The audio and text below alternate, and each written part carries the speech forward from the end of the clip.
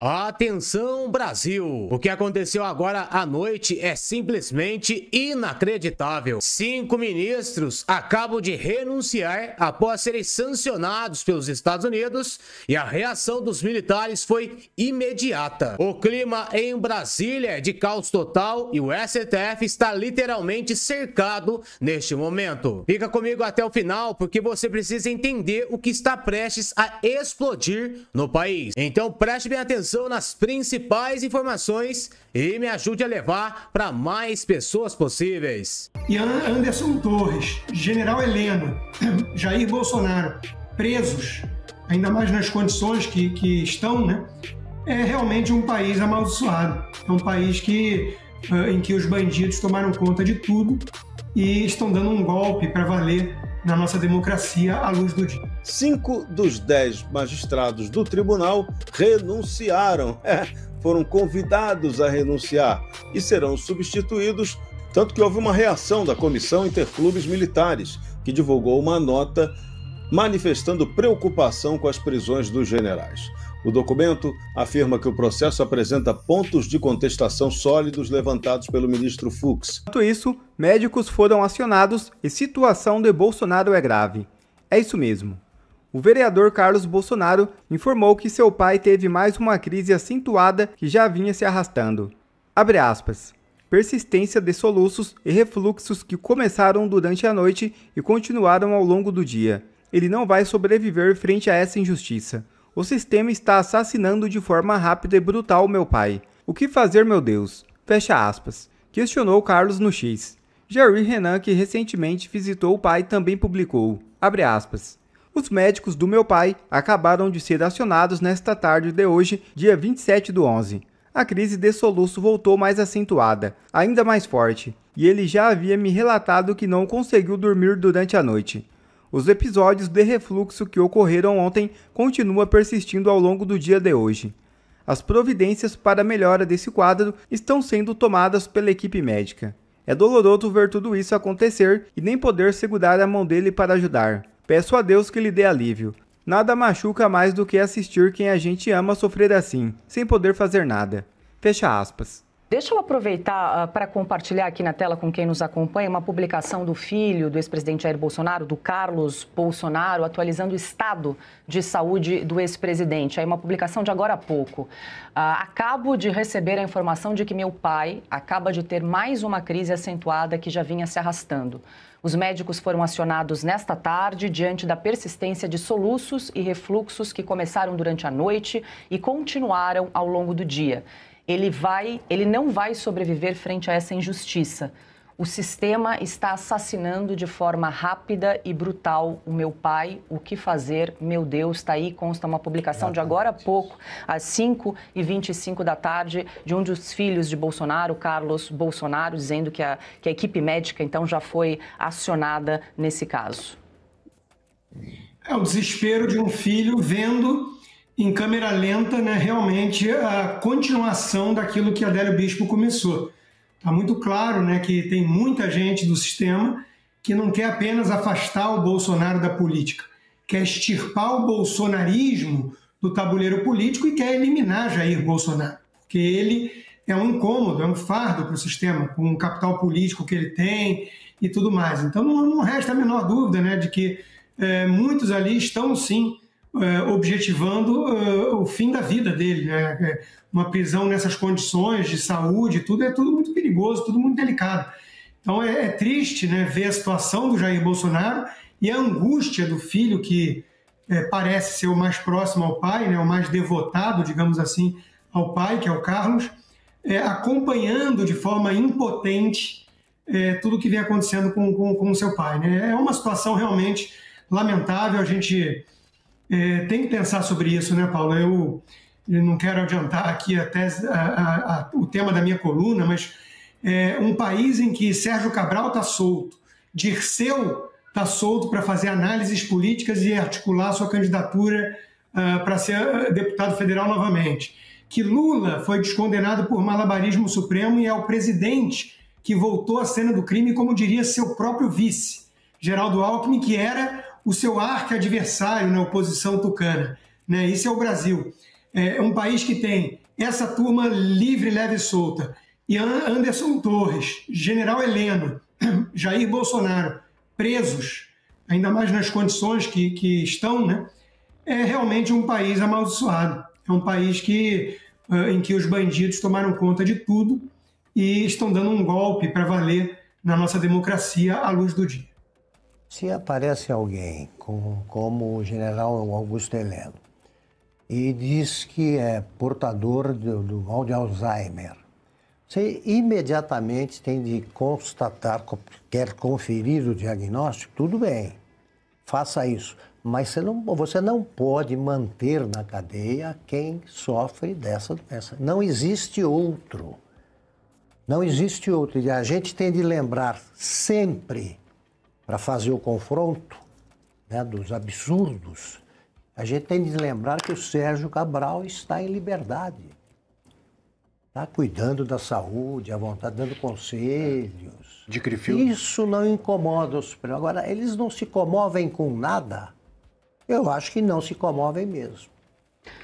Pois é, Cautia, nós até publicamos na Oeste um pouco da rotina de Jair Bolsonaro, conversamos com integrantes ali da equipe médica, pessoas próximas a Jair Bolsonaro, principalmente em relação a essa condição de saúde. Vale lembrar que na semana passada a defesa de Jair Bolsonaro pediu a prisão humanitária para que ele permanecesse em casa, em prisão domiciliar, porque ainda que estivesse preso em casa, pelo menos ele tinha a presença da mulher, filhos, né, gente ao lado, e pessoas como ele, que sofrem dessa condição aí, tanto do refluxo quanto das crises, dos episódios constantes de soluço, né? Ele pode broncoaspirar a qualquer momento, né? Ter uma pneumonia, se agravar. Então é importante, muitas vezes à noite acontecia esses episódios. Então, ter alguém por perto, uma pessoa que sofre com esses problemas crônicos e constantes, todos decorrentes da facada, é muito importante que ele não fique sozinho. E hoje ele está numa cela da Superintendência da Polícia Federal, uma cela ali de 12 metros quadrados, sozinho.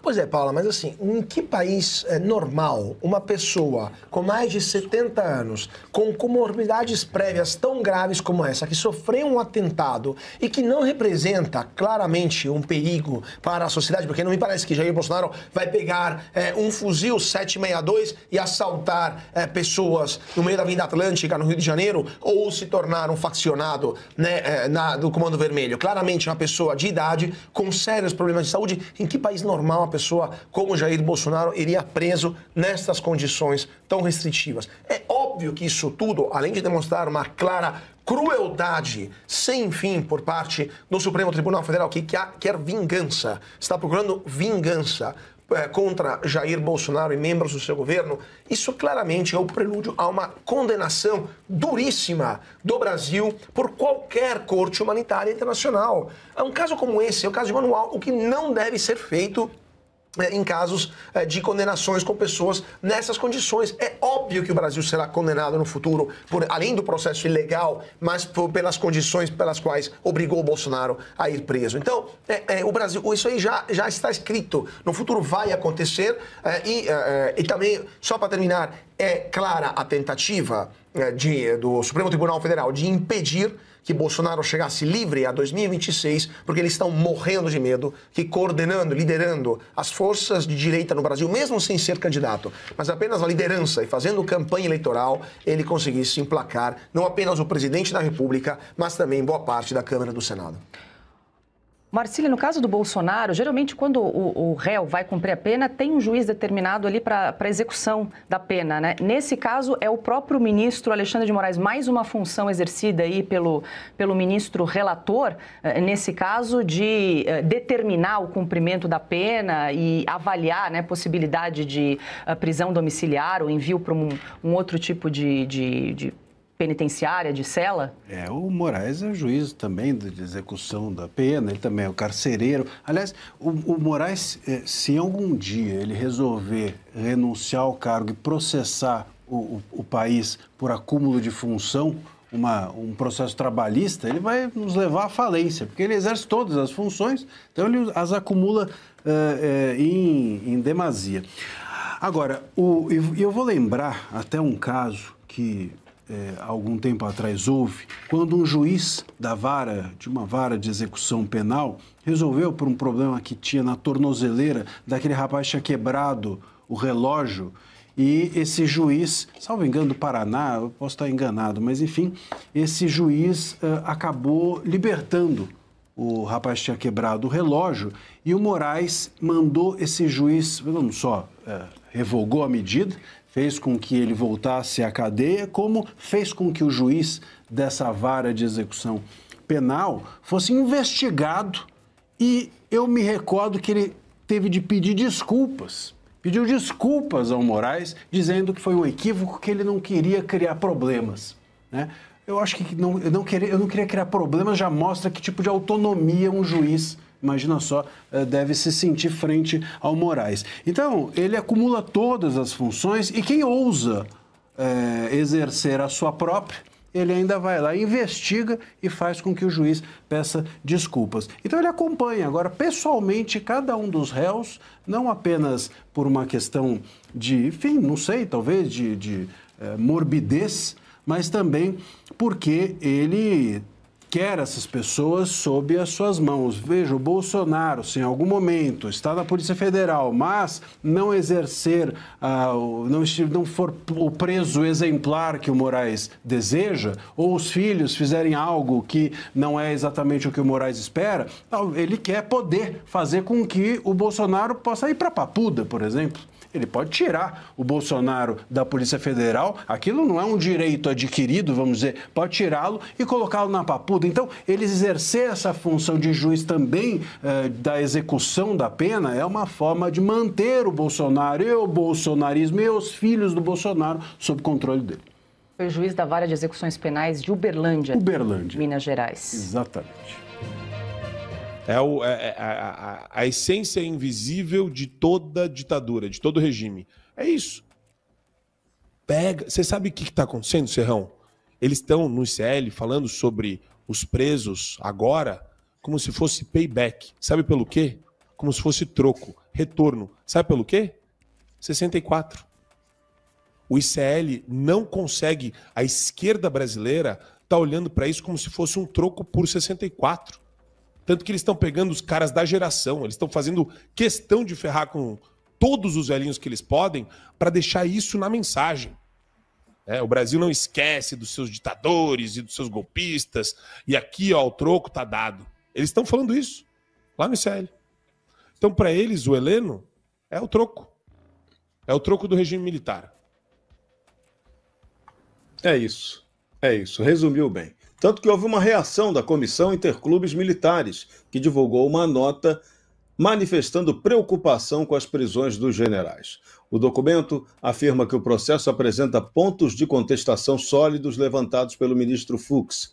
A nota diz que a execução imediata das penas transmite a sensação de que as etapas de revisão foram ignoradas. A entidade também aponta o descompasso entre sentenças aplicadas e média das punições para os crimes graves do país. O texto ressalta que as prisões atingem chefes militares com mais de 40 anos de serviços prestados. A comissão também afirma que discordar da decisão não é atacar as instituições, mas defender o devido processo legal. A nota é assinada pelos presidentes dos clubes Naval, Militar e da Aeronáutica. É isso. Os militares estão reagindo e estão reclamando, mas na prática, as instituições do Exército não estão tocando exatamente para isso, não. A Marinha hoje lançou ao mar seu novo submarino, e a madrinha do lançamento do submarino foi a ministra Carmen Lúcia do Supremo Tribunal Federal.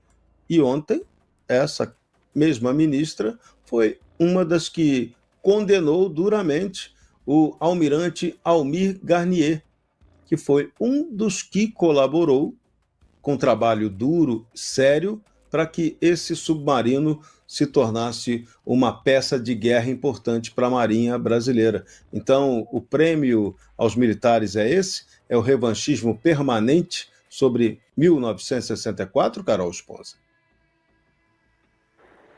Serão até que, enfim, alguma instituição, né, seja aí corporativista ou não, está defendendo esses réus. Que o Congresso Nacional que a gente estava esperando está quieto.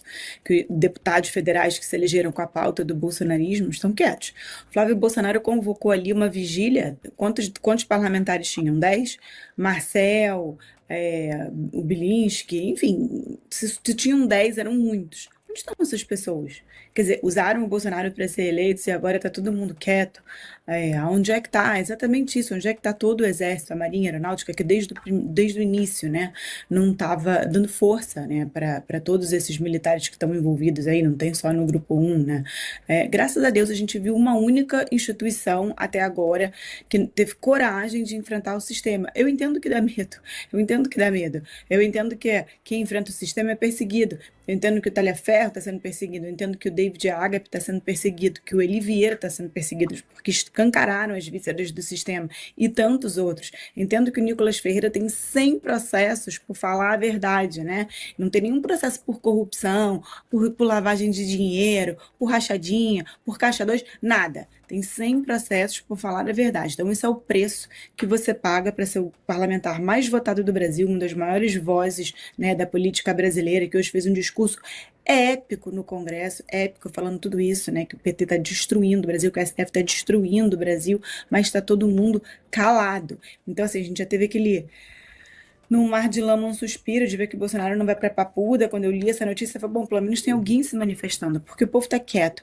A verdade é que o STF conseguiu pegar toda a população e colocar numa panela de água quente igual o sapo. Todo dia era uma arbitrariedade, todo dia uma ilegalidade, né? Agora, imagina, a cereja do bolo.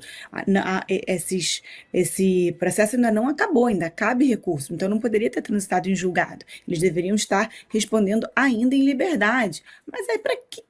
Por quê, né? Para que esperar o último recurso se desde o início o STF cometeu as piores ilegalidades e ficou todo mundo quieto, né? Metade que fica, tá passando ali do ponto, mas as pessoas não têm coragem de ir para as ruas, não têm coragem de manifestar, não têm coragem de dar opinião, e o nosso Congresso é omisso e frouxo. Então, de novo, faço voto que essa negociação do Flávio Bolsonaro ande, porque realmente a gente está precisando de alguém de pulso firme que coordene esse movimento com mais força. Agora vamos a uma notícia grave. Golpe, golpe, golpe. Metade de uma Suprema Corte é trocada por aliados do regime. Você sabe onde isso aconteceu? Sabe não? Daniel Ortega e Rosário Murilo executaram uma nova purga na Corte Suprema de Justiça da Nicarágua. O golpe é lá. 5 dos 10 magistrados do tribunal renunciaram. Foram convidados a renunciar e serão substituídos por figuras leais ao regime de ditadura da Nicarágua. A proposta foi assinada, e olha só, isso aqui é um meme pronto, hein? Foi assinada pelo Gustavo Porras, é o nome do cara, presidente da Assembleia Nacional da Nicarágua, e vai ser aprovada sem discussão. A reforma constitucional de fevereiro de 2025 reduziu o número de magistrados de 16 para 9 e eliminou a independência judicial. Para que isso, né? Em ditadura. Entre os novos indicados está a procuradora-geral Ana Júlia Guido, acusada de fabricar casos contra presos políticos. Magistrados Otávio Rotichacho, Andino e Ernesto Rodrigues Mejia são acusados de retirar a nacionalidade de opositores e foram sancionados também pelos Estados Unidos. Esses juízes que renunciaram eram considerados ornamentais e apenas formalizavam ordens vindas da residência presidencial. É isso, parada sinistra. Marco Antônio Costa, Ortega fez reforma constitucional, reduziu o número de magistrados e eliminou a independência judicial. No Brasil, a gente tem uma proposta de emenda constitucional da Luísa Erundina, do PSOL, para aumentar o número de ministros do Supremo Tribunal Federal e mudar ainda mais a composição da corte. Ela propõe 16 ministros ou 15 ministros. Qual é a diferença entre o método do Ortega e o que tem setores armadores aqui do Brasil querendo fazer? Olha, Serrão, tem que perguntar para a Erundina se ela quer um cafezinho, uma massagem no pé, uma massagem na omoplata ali embaixo. bem embaixo onde fica o nó, o que ela quer? Assim, o que a esquerda quer, né? Que não seja mais poder e corromper as instituições. Porque é isso que a gente está vendo. E a mentalidade esquerdista, ela é a corrupção das instituições. Porque, inelutavelmente, inequivocamente, o relativismo é um vírus que acomete a pessoa, que, por sua vez, transforma tudo em algo que pode ser e não ser ao mesmo tempo. Então, a exceção sempre vira o subterfúgio que o cara usa para justificar o ato absurdo, ilegal, criminoso dele. E quem pode excepcionar aquilo? Ele tem a competência para isso. E quem disse isso? Ele, e quem blinda ele disso? Os amigos das corporações em volta dele. Tem várias formas de você corromper uma Suprema Corte. As ditaduras no mundo sempre surgiram pelo executivo, historicamente, sempre pelo executivo, ou com algum golpe no âmbito do legislativo, também com força do executivo, muita arma no meio disso tudo, muito medo no meio disso tudo. Depois você faz o quê? Você loteia a Suprema Corte com apaniguados e com a galerinha do seu grupo político. E daí você finge que tem uma Suprema Corte. Então tem um bando de idiota lá, amigo seu, falando juridiquês, justificando todos os puns que você solta no palácio. É isso que acontece. Esse pum aqui foi bom, pô, foi importante para a República. Tá certo. Mandou prender o cara. Não, é bom, é importante, é democrático prender o cara. Só que o que aconteceu aqui no Brasil é diferente agora.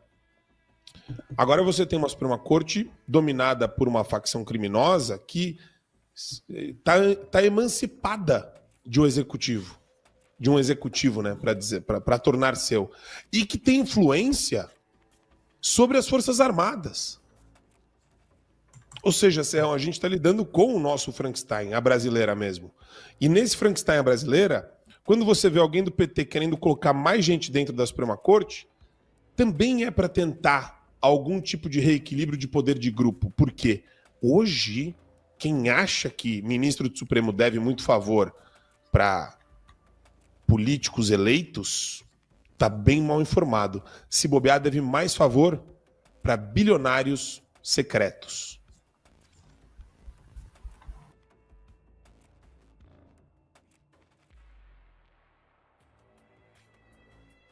Motivo de grande alegria. A gente está precisando, afinal de contas, tem sido dias tão horríveis, né? Tão sombrios. Mas parece que esse fim de semana a ditadura cai. Infelizmente, por enquanto, ainda não é a ditadura do Brasil, a ditadura da toga. Mas é a ditadura que financiou todas as outras ditaduras da América Latina. O epicentro onde de lá, pelo narcotráfico e o financiamento, foi para vários partidos e líderes de esquerda na América Latina. O motivo da América Latina estar nessa merda é por causa da ditadura da Venezuela. Olha que engraçado. Maduro tá lá nesse desespero, cantando Imagine All the People, né, fazendo algazarra, tentando mobilizar a população, dando arma para os seus funcionários. Tá uma vergonha. Aí todo mundo achou que tinha sido resolvido. Afinal de contas, Trump conversou com Maduro. Tá aqui, ó. Saiu na imprensa que ontem, preste atenção, dia 28, ontem, Trump conversa com Maduro por telefone, diz jornal. Daí todo mundo já começa a falar que apazigou, tá tudo tranquilo, ficaram melhores amigos. Rolou uma química.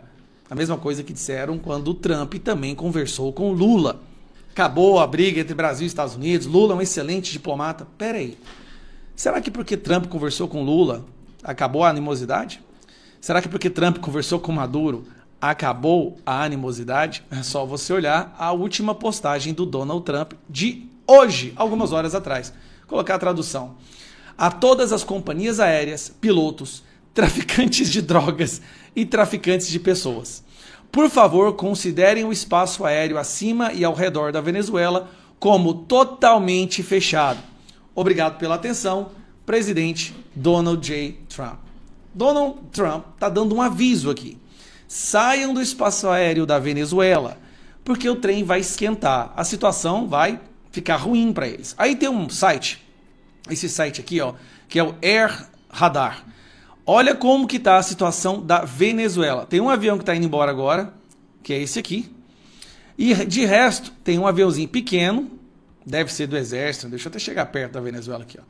Tem um aviãozinho aqui, bloqueado. Tá vendo que tá bloqueado, escrito? Isso aqui deve ser do exército da Venezuela. Tem esse aviãozinho aqui que está indo embora. Acho que esse aqui é da Copa Airlines, está indo embora. E não tem mais nenhum avião sobrevoando a Venezuela. Olha só Colômbia, como que está lotado. Olha aqui, esse aqui é Colômbia. Esse aqui é Venezuela. Venezuela não tem avião. O povo foi tudo embora. Por quê? Tudo indica que a qualquer momento a Venezuela será bombardeada pelos Estados Unidos. Que coisa triste, né? É muito triste ver isso. O Maduro não dorme no mesmo lugar há vários dias. Nesse momento ele está desesperado. Qual que é o medo do Lula? Não é só o Maduro que está com medo disso. Tem outras pessoas com medo. Gustavo Petro, Evo Morales, Cristina Kirchner, Lula. Se o Maduro for capturado, isso aí você pode anotar, tá? Se o Maduro for capturado, e ele sabe, ele vai entregar qualquer coisa, com certeza ele vai entregar todas as informações para diminuir a sua pena. Ele vai negociar, poder viver num cantinho qualquer lá nos Estados Unidos ou na Rússia, onde ele quiser. Ele vai entregar todos os seus coleguinhas que foram financiados com dinheiro do narcotráfico, que foram financiados com dinheiro da corrupção, naquele boom da Venezuela antes dela entrar em colapso.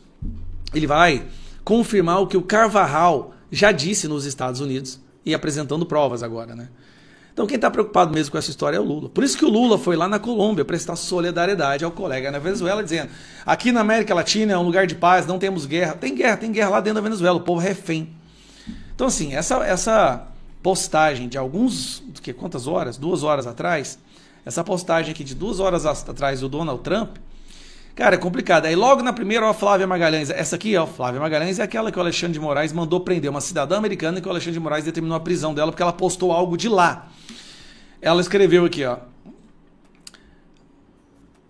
embora o espaço aéreo da Venezuela esteja oficialmente fechado, a JBS, uma empresa brasileira com sede nos Estados Unidos, o atravessa em jato particular como se houvesse 2 regras distintas, uma para o povo e outra para os poderosos. Você sabia disso? Acho que ela quis saber que você sabia disso, né? E aí os comentários estão aqui, ó, os próximos alvos dele aqui, ó. Os comentários estão tudo assim, né? Conta a história da Venezuela. Gente, acabou para a Venezuela. A situação para a Venezuela agora, sinceramente, tudo indica que não passa desse fim de semana. Deixar o espaço aéreo da Venezuela fechado, primeiro, já é uma complicação porque vários suprimentos e coisas importantes chegam na Venezuela através do espaço aéreo. Rússia manda para lá muitas armas, usando seus aviões de carga. E assim como a China também. Acabou.